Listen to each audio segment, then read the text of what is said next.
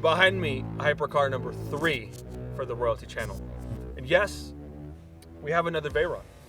So why another Veyron? Why not a Senna, a Wyra, a Chiron? Well, let's go back to the original Hypercar for Royalty. The Mansory Veyron was something that was not planned, not scripted, not anything. That car was just a random turn of events, and I ended up with it.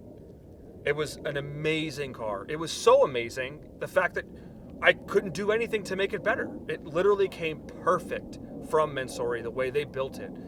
Yes, I did have a brief side where we wrapped it red and we did some real fun donuts and making it rear-wheel drive. But all of those things were very simple. You know, modifying and making your car your own isn't really the case that you could do with the Mansory car. So we put the Mansory car to the side and we moved on. Now, the 918 was so brief, and I apologize for that. I just purely didn't like that car. The hybrid technology just really kind of took the soul out of what you would consider a hypercar. And, well, luckily enough, that car was worth a lot more money than I paid for it. So we moved on quickly, and I made a little bit of content, but at the same time, we just didn't really care. That brings us to this point now. It's been about 4 months since we've had a hypercar in the fleet or in myself. I just had to get something back. I felt a void. We all felt a void, really. Honestly, everybody at the office felt something missing. And the Veyron was something that we couldn't replace. We'd always missed the Bugatti in the fleet. It was such an amazing car.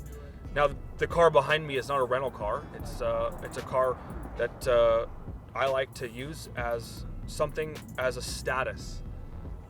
The Veyron is something so pristine. It's something you can't express. It's an emotional feeling.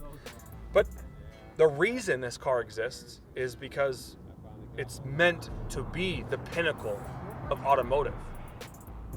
And it doesn't fall short one bit. But the reason I chose to pick up this particular car over all the other hypercars is because this car is a blank canvas. It's a beautiful red stock Veyron.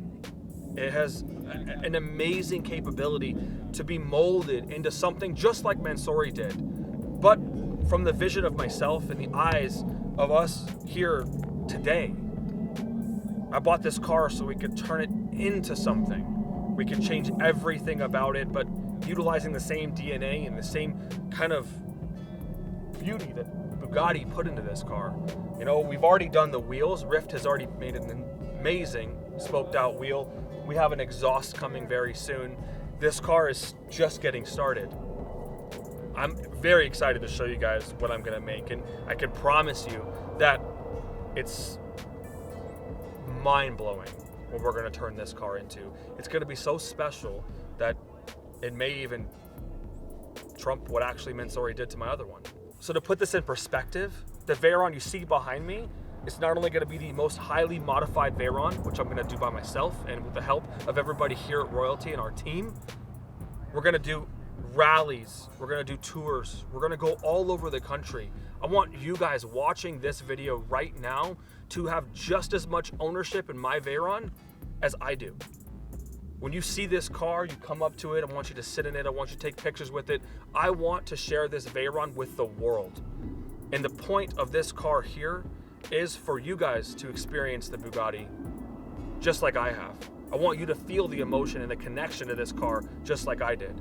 And I'm telling you right now, it's worth more than you could ever imagine.